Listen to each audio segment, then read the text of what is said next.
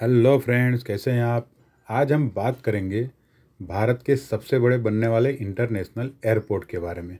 दोस्तों, क्या आपको पता है कि यह एयरपोर्ट कहाँ बन रहा है, कौन से राज्य में बन रहा है और कितना बड़ा बनने वाला है, इसकी कैपेसिटी क्या होने वाली है, ये सब के बारे में आज हम चर्चा करेंगे। दोस्तों, आगे बढ़ें उससे पहले प्लीज़ मेरा चैनल सब्सक्राइब कर लीजिए, अगर ना किया हो तो लाइक कीजिए और शेयर ज़रूर कीजिए। दोस्तों, ये जो एयरपोर्ट है इसका नाम रहेगा नोएडा इंटरनेशनल एयरपोर्ट और इसे जेवर एयरपोर्ट के नाम से भी जाना जाता है। दोस्तों, ये जेवर इसलिए क्योंकि ये जेवर सिटी के एग्जैक्ट बगल में रहेगा, या कि ये भी कह सकते हैं कि उसकी सीमा में बनेगा, इसलिए इसका नाम जेवर एयरपोर्ट भी रहेगा। दोस्तों, अगर साइज़ की बात करें तो यह जो एयरपोर्ट है वह दुनिया का चौथा सबसे बड़ा एयरपोर्ट होगा और भारत का सबसे बड़ा इंटरनेशनल एयरपोर्ट रहेगा। जब ये एयरपोर्ट शुरू होगा तब इसके अंदर टोटल 2 रनवे काम करेंगे। उसके बाद में और लगभग 10 से 12 साल में दूसरे और 2 रनवे एज ए कैपेसिटी यानी कि रिक्वायरमेंट के हिसाब से करेंगे और टोटल इसकी 6 रनवे ऑपरेट करने की क्षमता रहेगी, जो कि अगले 30 साल में हो जाएगी। 30 साल का मतलब है कि 2050 तक। दोस्तों, इस कंस्ट्रक्शन की जो बीड है वह मिली है स्विट्ज़रलैंड की कंपनी फ्लुगाफेन जुरिस को, जो कि स्विट्ज़रलैंड का जुरिस एयरपोर्ट जो है वो अभी ऑपरेट करती है। दोस्तों, इस कंपनी को 40 साल का एग्रीमेंट मिला है इसको ऑपरेट करने के लिए, जो कि यूपी गवर्नमेंट के साथ पार्टनरशिप में रहेगी। हाँ दोस्तों, और यह जो है दिल्ली मुंबई एक्सप्रेस हाईवे से 31 किलोमीटर दूर रहेगा, जो कि वहाँ पर नया एक्सप्रेस हाईवे बनाकर उसके साथ कनेक्ट किया जाएगा और यह फरीदाबाद और दिल्ली दोनों को कनेक्ट होगा। अभी इसकी जो एंड लाइन है यानी कि डेड लाइन जिसको बोलते हैं कि 2024 में इसका ऑपरेशन चालू हो जाएगा, यानी कि स्टार्ट हो जाएगा। और उसके बाद में लगभग इसको जो एक्सपेंशन होगा वो भी 2030 तक दूसरा एक्सपेंशन होगा और 2050 तक ये अपनी फुल गति में काम करेगा, जब इसके ऊपर टोटल 6 रनवे काम करेंगे। दोस्तों, अगर हम इसकी ऑपरेशन की बात करें तो ऐसे तो इसकी, जैसे मैंने ये जुरिस की कंपनी की बताया जो स्विट्ज़रलैंड की है, उसने जो है वो यूपी गवर्नमेंट के साथ में टाई अप किया है और वो नई कंपनी जो बनाई है वो YIAPL यानी कि Yamuna international airport private limited करके कंपनी बनाई है, जो कि 40 साल के लिए इसको ऑपरेट करेगी। और इससे जो डायरेक्ट सिटीज़ कनेक्ट होंगे वो रहेंगे दिल्ली, नोएडा, ग्रेटर नोएडा, मेरठ, बुलंदशहर, फरीदाबाद और गाजियाबाद। लोकेशन की बात करें तो गौतम बुद्ध नगर में यह जेवर सिटी में बनाया जा रहा है और 2024 में ये फर्स्ट फेज इसका ओपन हो जाएगा। अगर इसके नियर बाय इंटरनेशनल एयरपोर्ट की बात करें तो Indira Gandhi international airport new Delhi, जो कि 150 किलोमीटर है, वो इसका सबसे नियरेस्ट एयरपोर्ट होगा। दोस्तों, इस एयरपोर्ट का जो फाउंडेशन स्टोन है वो मार्च 2019 में रखा गया था। हाँ, और इसकी जो ज़मीन यानी लैंड एक्विजिशन जो है उसकी कीमत जो थी वो 800 करोड़ रुपया थी। दोस्तों, इस हाईवे की अगर कनेक्टिविटी की बात करें तो यह फरीदाबाद में जो ग्रीनफील्ड हाईवे बना है दिल्ली मुंबई एक्सप्रेस हाईवे उसको कनेक्ट करेगा, जिसकी लंबाई 31 किलोमीटर होगी और यह 6 लेन हाईवे होगा, जो कि डायरेक्ट जो है वो दिल्ली को कनेक्ट करेगा। इससे दिल्ली जाने की जो दूरी है वो भले थोड़ी बढ़ेगी पर टाइमिंग में बहुत ही फ़र्क पड़ जाएगा। अगर हम इसके एस्टीमेट की बात करते हैं तो इसकी एस्टीमेटेड जो कॉस्ट रहेगी वो 5,730 करोड़ रुपए रहेगी, जो कि यानी कि फर्स्ट फेज़ की है। और इसमें जो है वो 65% स्टेट बैंक ऑफ इंडिया और 35% जो है प्राइवेट सेक्टर में से इन्वेस्टर लोग जो हैं वो फंडिंग करेंगे। परंतु अगर इसकी करंट बजट की बात करें तो लगभग 45% की बढ़ोतरी हो जाएगी, क्योंकि दोस्तों जब यह टेंडर कोट किया गया तब जो बेसिक रेट है वह, जैसे सीमेंट है वो 270 रुपये काउंट किया गया था, स्टील जो कि सिर्फ 45 रुपीज़ काउंट हुआ था, अभी 85 रुपीज़ है। तो आप खुद सोच सकते हैं उस हिसाब से लेबर अदर्स मटेरियल, ये तो एक बेसिक है, उसमें कितनी बढ़ोतरी होगी। तो जो ये 5,700 करोड़ की जो बात है, मुझे नहीं लगता कि ये 11,000 करोड़ रुपए में भी पूरा होगा।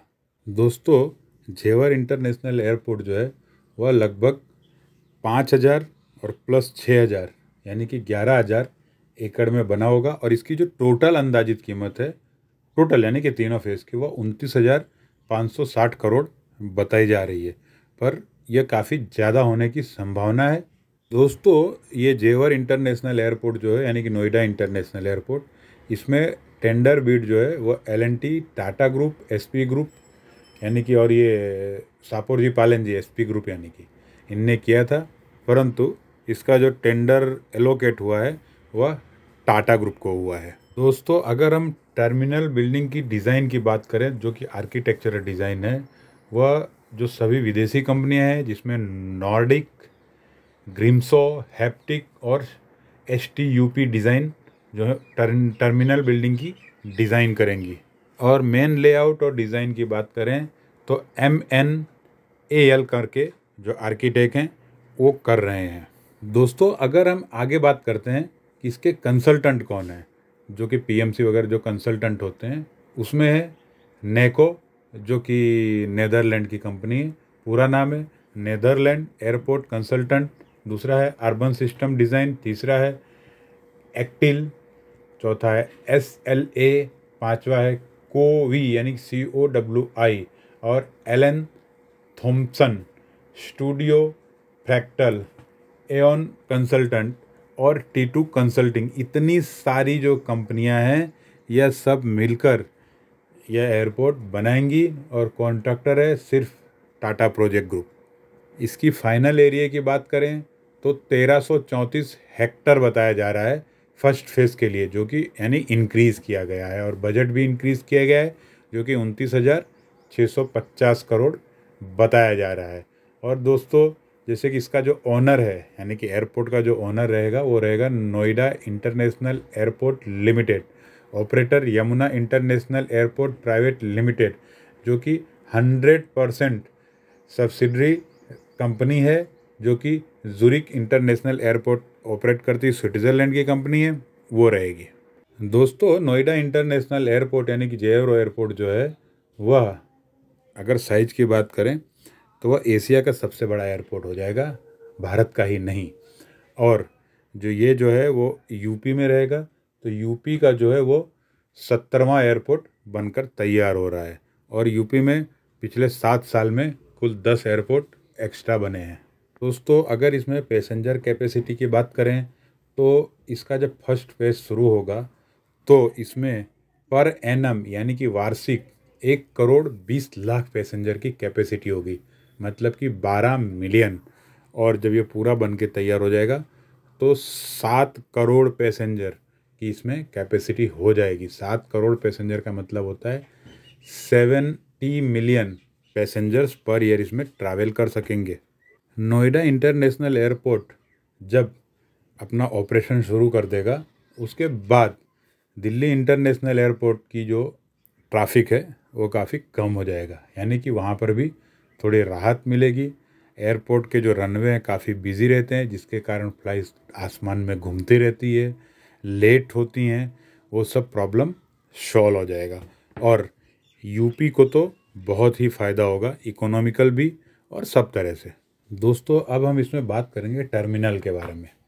तो यह टोटल 4 पर टर्मिनल का होगा। फेज़ 1, फेज़ 2, फेज़ 3, फेज़ 4 जब बन के तैयार हो जाएगा दोस्तों, बहुत ही जायंट और बहुत बड़ा एयरपोर्ट हो जाएगा। और जैसे कि आप फोटोज़ में देख रहे हैं, यह बहुत ही सुंदर एयरपोर्ट बनेगा। शायद इसके जितना सुंदर एयरपोर्ट भारत में दूसरा नहीं होगा। दोस्तों, अगर हम इस एयरपोर्ट की बात करते हैं तो यह पूरा ग्रीनफील्ड एयरपोर्ट बन रहा है। हाँ, बहुत सारा सोलर सिस्टम इसमें काम करेगा, जिससे कि इलेक्ट्रिसिटी की काफ़ी बचत होगी। और इस एयरपोर्ट के बनने से उत्तर प्रदेश राज्य को काफ़ी ही इकोनॉमिकल सपोर्ट होगा और दुनिया भर में उसका नाम जो है वो काफ़ी आगे आ जाएगा।